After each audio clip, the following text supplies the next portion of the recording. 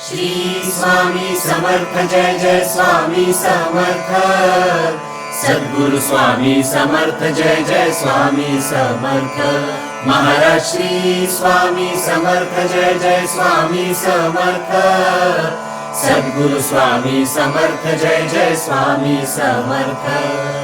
जिथे स्वामी पाय तिथे न्यून काय, स्वये भक्त प्रारब्ध घडवी हिमाय। ओम स्वामी समर्थ साधना केंद्र प्रस्तुत साधक स्वामींचा। नमस्कार काका. आपली वास्तू सुखदायक असावी अशी सगळ्यांची इच्छा असते. वास्तूमध्ये पहिला येतो तो उंबरठा. या उंबरठ्याशी निगडीत काही जुन्या पद्धतींबद्दल आम्हाला माहिती द्याल? आता उंबरठा म्हणलं की आपल्याकडे पूर्वी एक लाकडाची पट्टी असायची. मग तो उंबरठा कशाचा असायचा, ते लाकडाची फळी कशाची असायची, कुठल्या झाडाची असायची. आजकाल कडपे लावतात, ग्रॅनाईट लावतात आणि असा उंबरठा तयार करतात. पण खरं सांगायचं तर उंबरठा हा आंब्याच्या झाडाचा असायला पाहिजे.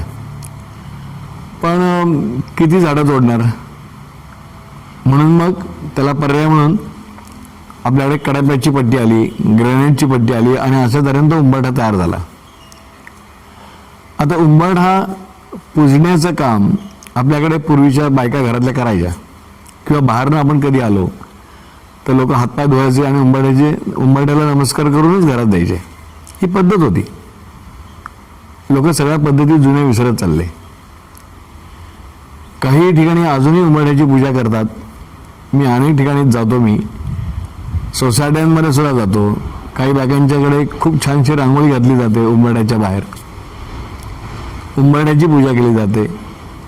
ज्या ठिकाणी उंबरठ्याची पूजा केली जाते त्या घरामध्ये सुख समृद्ध आणि शांती राहते, असा आजपर्यंतचा शास्त्रीय, खरं सांगायचं पूर्वीच्या लोकांनी ज्या ज्या गोष्टी तयार केल्या त्याला प्रत्येकाला सायंटिफिक बेस होता. म्हणजे बाहेर न आलो आपण तर हातपाय धुवायचे आणि मग घरात जायचं.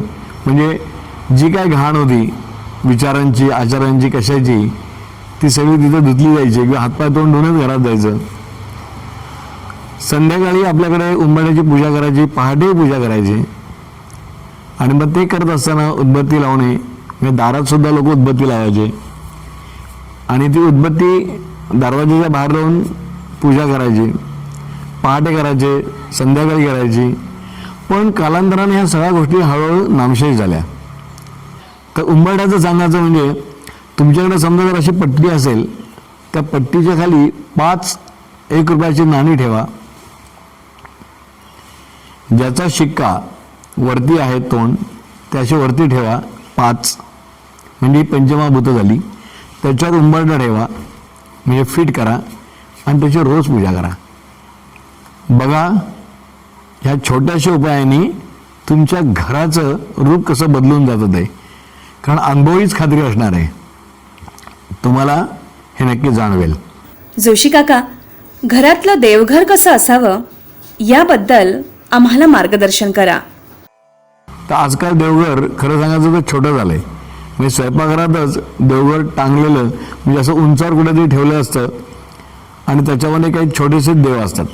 देवघरात सुद्धा देव कसे पाहिजे, तर पहिला गणपती पाहिजे, मग बाळकृष्ण पाहिजे, मग अन्नपूर्णा पाहिजे, मग देवी पाहिजे. पण कायकांच्या घरामध्ये अनेक फोटो असतात देवांचे, अनेक मूर्त्या असतात. म्हणजे जिथे जातात तिथली मूर्ती उचलतात आणि देवघरात ठेवतात आणि त्याची पूजा करतात. मग लोक प्रश्न आम्हाला असं विचारतात की नक्की आम्ही कुठल्या देवाची पूजा करावी. खरं सांगायचं तर तुमची जे मूळ दैवत आहे तुमचं, त्याचा फोटो असणं गरजेचं आहे किंवा त्याची मूर्ती असणं गरजेचं आहे. त्याची पूजा तुम्ही करा. म्हणजे गणपती, कुलदेवता आणि अन्नपूर्णा. बाळकृष्ण एक असतो, पण ह्या सगळ्या देवता 4 तेवढ्याचीच पूजा करावी. अन्नपूर्णा ही तांदूळ ठेवावी वाटीमध्ये. घरामध्ये सुखशांती येते, अन्न कधी कमी पडत नाही. अशा पूर्वीचे म्हाताऱ्या लोकांचे खूप अनुभव आहेत. काका, वास्तुदेवतेची पूजा, वास्तुशांती इत्यादी प्रयोगांमध्ये आपण पाहतो. पण आपल्या वास्तूला दैनंदिन जीवनात तृप्त ठेवण्यासाठी आम्हाला कोणती पद्धत सांगाल? आपल्या वास्तूमध्ये, हॉलमध्ये किंवा घराच्या मध्यामध्ये दहीभात कोणी ठेवलाय? पूर्वी ठेवायचे. म्हणजे मला आठवलं की माझी आजी किंवा माझे वडील सुद्धा किंवा माझी आई सुद्धा सांगायची की आठवड्यातनं एकदा तरी आपल्या वास्तूला दहीभात दिला पाहिजे. आणि आम्ही द्यायचो, आजही देतो. म्हणजे घरामध्ये, हॉलमध्ये दहीभात ठेवायचो आम्ही एक रात्र, दुसऱ्या दिवशी उचलायचा तो आणि नदीत सोडून द्यायचा. असं 15 दिवसांनी एकदा किंवा महिन्यांना एकदा आम्ही करायचो. त्यामुळे घरातल्या ज्या ज्या म्हणतात आपण वाईट पॉवर्स आहेत, ह्या सगळ्या निघून जातात तुमच्या, आणि घरामध्ये स्वास्थ्य खूप छान होतं. काका, वास्तूचा एक मुख्य भाग म्हणजेच त्या वास्तूत राहणारं कुटुंब. तर पूर्वीच्या अशा कोणत्या पद्धती आहेत ज्या आज केल्यास वास्तू सुखदायक होऊ शकेल? मुलांना संध्याकाळी परवाचा म्हणणं हे गरजेचं असायचं. म्हणजे घरातले लहान मुलं ही परवाचा म्हणायचे. शुभंकरोती कल्याणम हे म्हणलं जायचं. का तर लक्ष्मी घरामध्ये संध्याकाळी येते, तर ती आल्यानंतर तिचं स्वागत खूप चांगल्या प्रकारे करावं. उतू नको, मातू नको असं नेहमी म्हाताऱ्या माणसं म्हणायची. आजकाल असं कोणीच म्हणत नाही. आजकाल संध्याकाळी जर तुम्ही बघितलं तर मुलं टी व्ही पाशी असतात किंवा मोबाईलमध्ये असतात. घरातली माणसं टी व्ही समोर बसलेली असतात किंवा मोबाईलमध्ये असतात किंवा आणखीन इतर त्यांचे कुठले तरी कार्यक्रम चालू असतात. पण आपल्या ज्या रूढी परंपरा आहेत ह्या आपण सगळ्या विसरून गेलो. मला असं म्हणायचं की चालू करायला काहीच हरकत नाही आहे, तरी तोटा काहीच नाही आहे. झाला तर फायदाच होईल तुमचा. पण हळूहळू ह्या गोष्टी नामशेष व्हायला लागल्यात. मुलांना हे शिकवलंच जात नाही. शुभंकरोती कल्याणम हे आजकाल नाहीच आहे. माझं असं म्हणणं की घरातल्या आईवडिलांनी लक्षात ठेवलं पाहिजे की मुलांना हे शिकवणं गरजेचं आहे. तुम्ही इंग्लिश कविता मुलं म्हणतात की नाही, त्याचं कौतुक तुम्ही करता, मग हे का नाही कौतुक तुम्ही करत की मुलं संध्याकाळी घरात आल्यानंतर परवाचा म्हणतायत, रामरक्षा म्हणतायत, गणपती अथर्वशीर्षा म्हणतायत. कुठे राहिले आजकाल हे? अनेक गोष्टी अशा आहेत आपल्या घरामध्ये करण्यासारख्या, पण आपण ते करतच नाही. म्हणजे आपल्याकडची जी स्त्री आहे, महिला आहे, ती अंघोळ करून आली की पहिल्यांदी पूर्वी चुली होत्या, तर चुलीची पूजा करायच्या. त्या सारवणे होतं चुलीला, किती छान वाटायचं की शेणाने सारवलं, शेणामातीने चूल सारवली आहे, तिची पूजा केली आहे आणि मग अन्न शिजवलं आहे. पुढे चुली गेल्या, मग स्टोव आले. स्टोवची पूजा काही जण करायला लागल्या, महिला ज्यांच्या भावना होत्या त्या करायला लागल्या. मग स्टोव गेले, आता गॅस आले. मग गॅसची सुद्धा काही महिला अजून पूजा करता म्हणजे बघतो बरं का. मग लोक त्यांना खरं वेडा मांडतात, पण खरं तर वेडा भाव आणि खूप चांगला भाव येतो की सकाळी उठल्यानंतर त्या गॅसला हळद कुंकू लावतात आणि अन्नपूर्णेला नमस्कार करतात किंवा त्या गॅसला नमस्कार करतात आणि पुढचं अन्न शिजवायला सुरुवात करतात. हा भोळा भाबडा भाव त्या बायकांचा अजूनही काही वेळा दिसून येतो. खूप चांगली गोष्ट आहे. खूप आनंद वाटतो असं काही बघितल्यानंतर की अजूनही त्यांनी ते टिकून ठेवलंय. पण किती जण हे सगळेजण करतात? काका, वास्तू सुखदायक व्हावी यासाठी काय करावं हे तुम्ही सांगितलं. तसंच काय करू नये याबद्दल आम्हाला सांगा. आपणच कधीतरी आपल्या वास्तू बिघडवण्यासाठी कारणीभूत होतो. कुठलं तरी चित्र लावतो आपण हॉलमध्ये आणून की जे आपलं सूट आहे का, ह्या गोष्टी आपण बघतच नाही. कोणीतरी सांगतो आपण हातात खडे घालतो, गळ्यामध्ये माळा घालतो, पण आपण कधी विचार केलाय का याचा की खरंच आपल्याला हे सूट होणार आहे का, आपल्याला हे भावणार आहे का, आपल्याला हे पचणार आहे का, आपल्याला याच्यापासून फायदा होणार आहे का? वास्तूमध्ये सतत सकारात्मकता आणि आनंद राहावा यासाठी अगदी लगेच आजपासूनच कोणालाही करता येईल असा उपाय आम्हाला सांगा.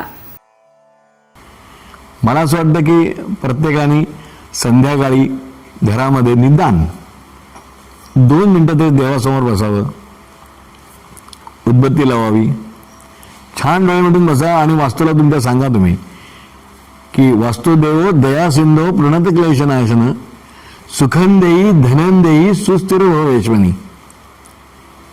तुम्ही वास्तूला काय सांगाल? वास्तुदेव दया सिंधो प्रणत क्लेशनाशन सुखं देही धनं देही सुस्थिर भवेश्वनी.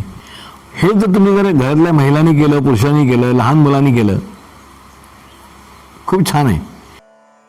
मंडळी, साधना करताना सर्वात मोठा जर कुठला अडथळा असेल तर तो परिस्थितीचा किंवा आपल्या मनात असलेल्या दुःखांचा.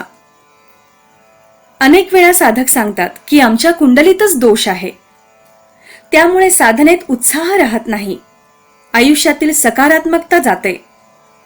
तुम्हालाही स्वतःच्या कुंडलीतील दोषांसाठी उपाय करायचा असेल तर ओम स्वामी समर्थ साधना केंद्रातील संस्कारित राशी नक्षत्रवनात तुमच्या आराध्य वृक्षाची पूजा तुम्ही स्वतः करू शकता.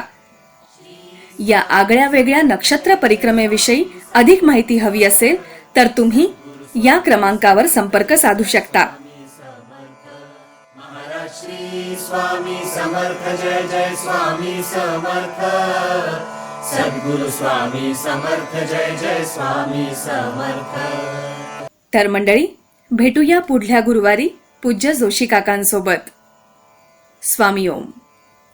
अनंत कोटि ब्रह्मांड नायक राजाधिराज योगीराज अक्कलकोट निवासी सद्गुरु श्री स्वामी समर्थ महाराज की जय.